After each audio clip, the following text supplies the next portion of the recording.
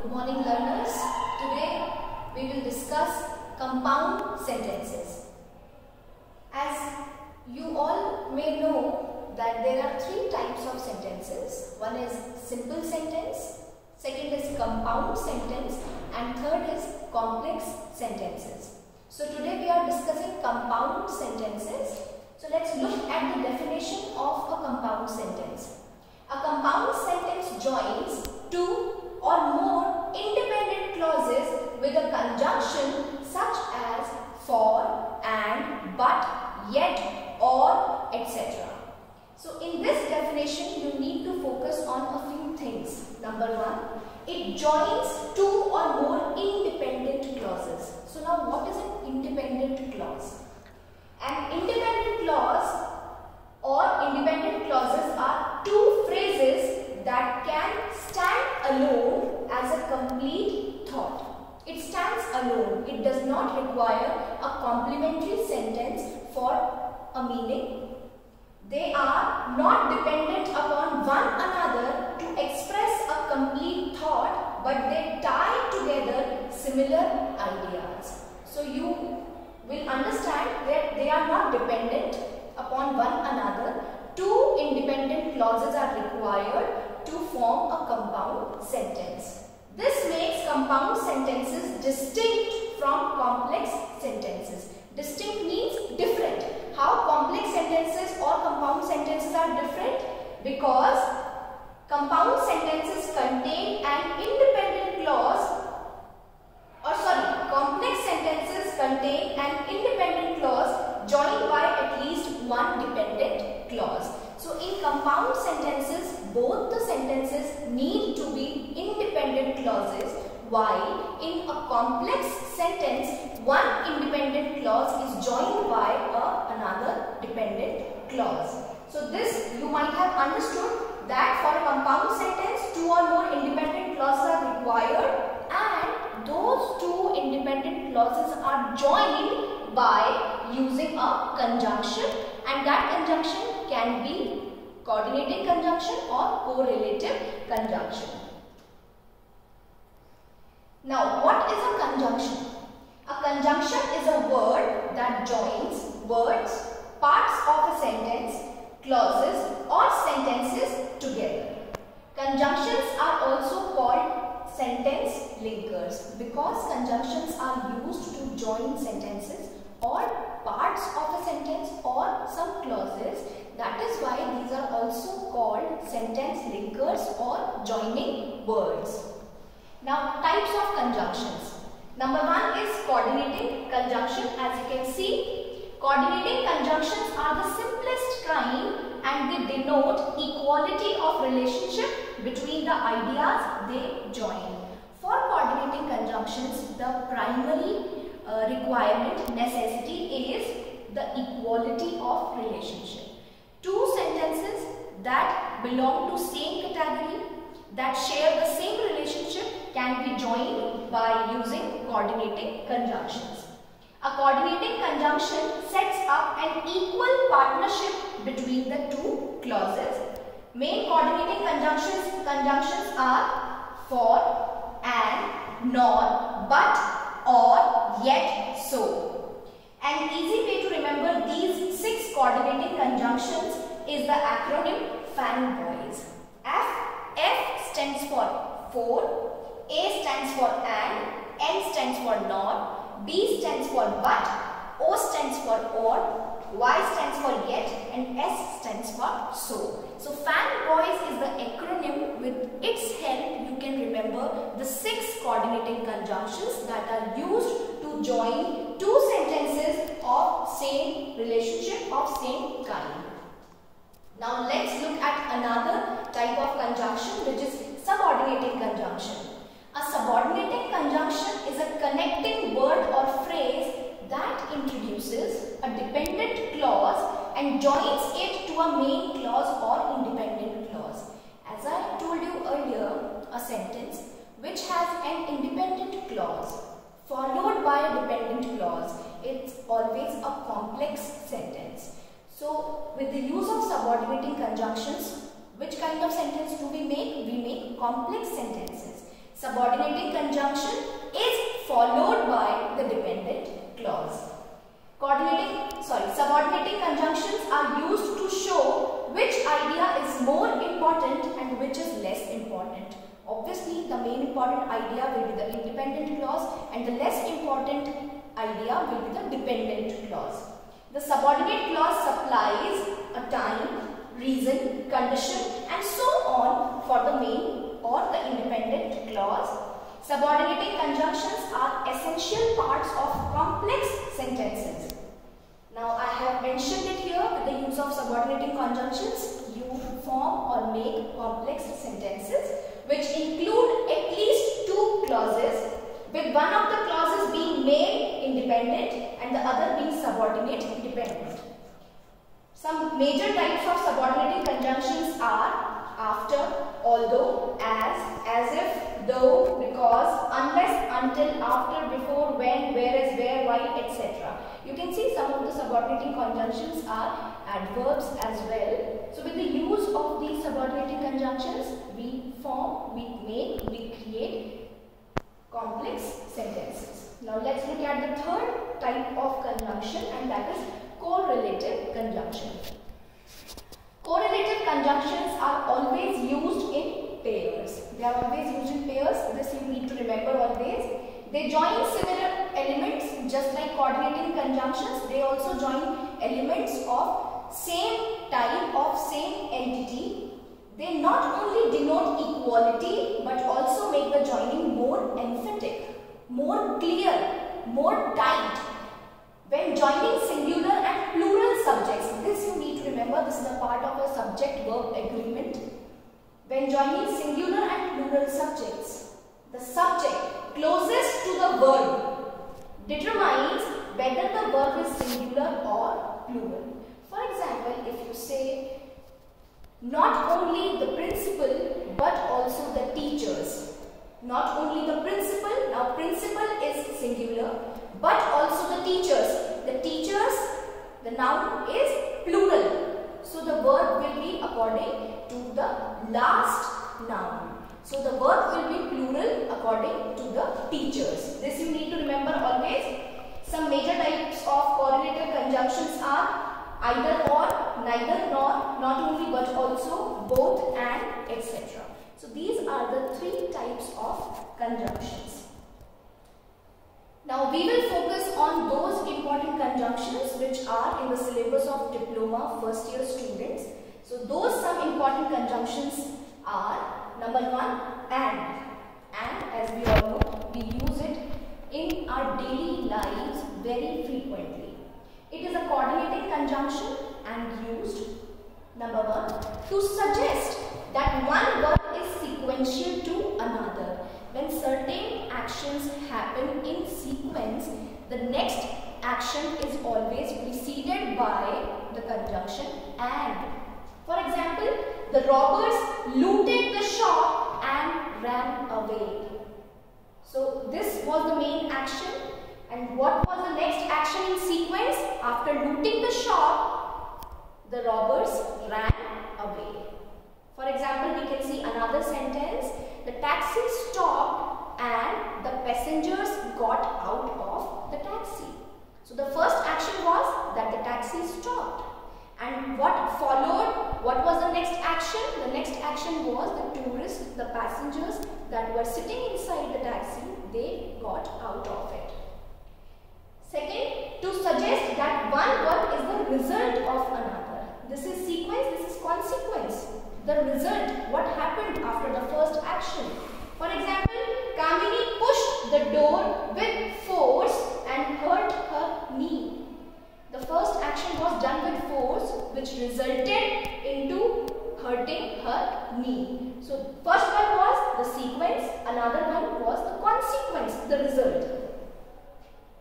And third in this is to join two or more similar words, phrases, points. For example, if you go to the market to purchase some items, what do? You mention all of them, and after the last one, what you do? You use and conjunction to complete the sentence. For example, I love to eat Italian and Chinese. I I love to eat Indian, Korean, Italian and Chinese. So all these are what? These are similar types of words and the last one is joined by using and conjunction. So I hope and conjunction is clear. It is quite simple.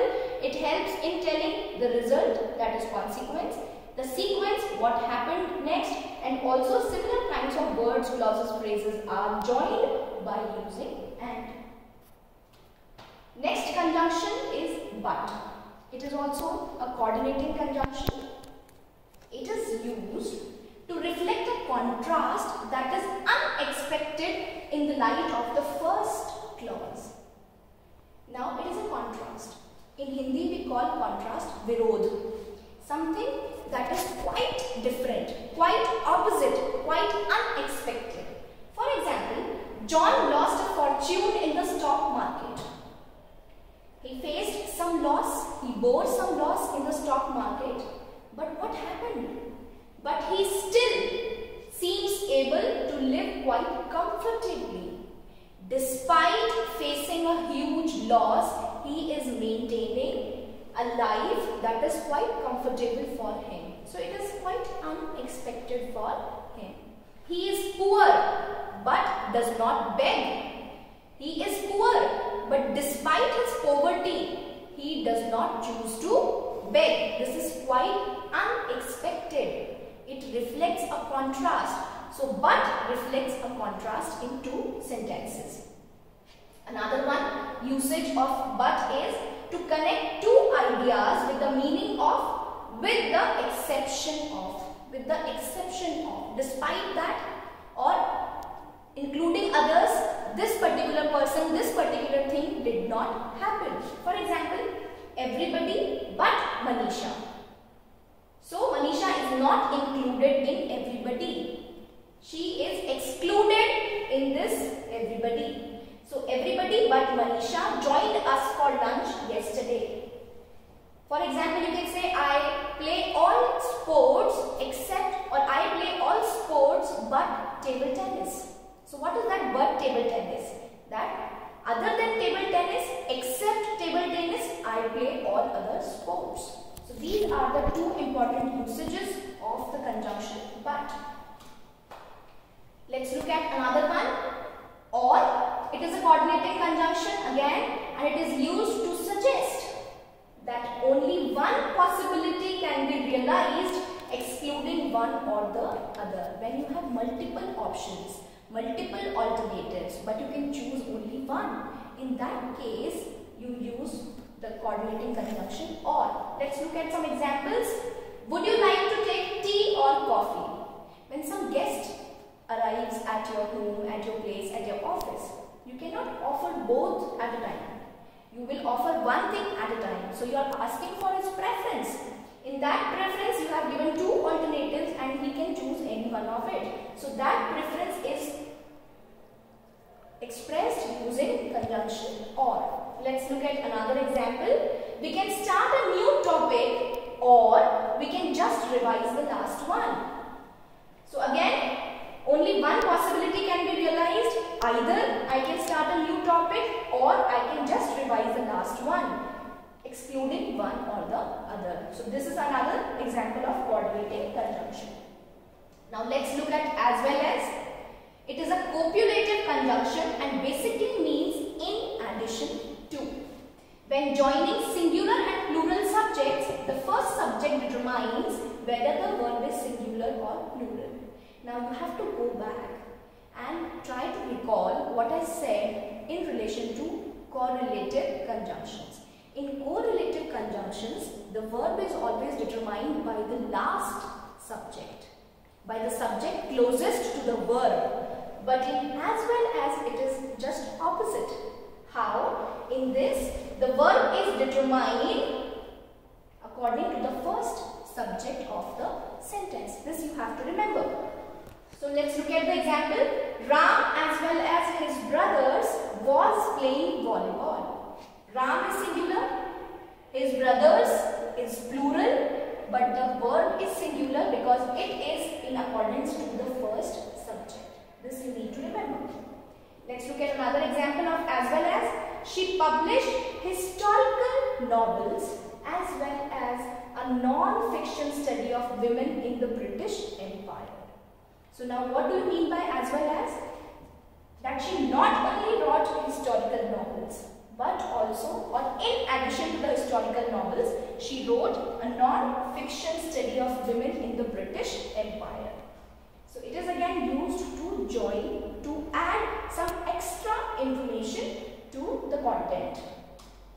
Now, one thing that usually people confuse in is and versus as well as. And also means some addition, while as well as also mean in addition with. Let's look at what the difference is in between these two. And is a coordinating conjunction that connects words, clauses or sentences. As well as the conjunction we use when we want to mention another item connected with the subject we are discussing. It can join any part of the speech. It can join verbs, it can join adverbs, it can join anything, any part of the sentence, and can join any part of the sentence. But as well as inserts or mentions some extra information related to the subject we are discussing. Another difference is as well as puts emphasis on the words that precede it. It always mentions something which precedes it. For example, the war caused many lives as well as destruction of some famous monuments. So the first one, it caused lives. It is the more important idea in comparison to the last one, the famous monuments of the country. So as well as puts emphasis on the words that precede it, while and gives equal importance to all the words it combines. For and, everything is equal, but for as well as, the first one is the more important one. This is the key difference between and as well as, and thus these two conjunctions are not always interchangeable. You cannot use and in place of as well as, and you cannot use as well as in place of and. Now the last difference between which we can mention here is, furthermore, another important difference between and as well as is that when we use both these conjunctions in the subject, and turns a singular verb into plural. Ram and Sham are playing. Okay, Ram and Sham together will become plural when they are joined by using and. Whereas as well as don't. But if you say Ram as well as his brothers or his brother, Ram as well as his brother was present in the meeting. You will not say were present in the meeting. So there are some key differences between and as well as. That is why both of them are not interchangeable. This you need to remember. Now let's look at another conjunction, that is not only but also. We have almost finished with the coordinating conjunctions that are in the syllabus of diploma first year. Now let's move towards the few correlative conjunctions that are there in the syllabus. So not only but also is a correlative conjunction. What are correlative conjunctions? I mentioned you earlier that correlative conjunctions are always used in pairs and the verb is always in accordance with the last subject. The subject or the noun closest to the verb. And not only but also is used to connect either nouns or clauses. It's very simple. For example, Nisha not only plays football but also swims. So what is joined in this sentence? What parts of the speech are joined in the sentence? They are verbs. So not only but also is placed before the verb. In the next example, not only Nisha but also her sisters play football. So now in this sentence, what is joined? What is joined is the noun. So not only and but also, both of them are placed before the nouns, and now you can see how the verb is written here. The verb is play, that is for plural, and it is in accordance to the just closest noun, that is sisters. Another one usage of not only but also is, it is used to add emphasis. We can use not only at the beginning of a clause. when we do this, so we see when we do this, what we do when we use not only at the beginning of a clause, we invert the subject and the verb. For example, not only was it raining. I have not written it was raining because it is a wrong usage. If you use not only at the beginning of a sentence, the subject and the verb inversion occurs. What does inversion mean? Verb precedes the subject, as in this case.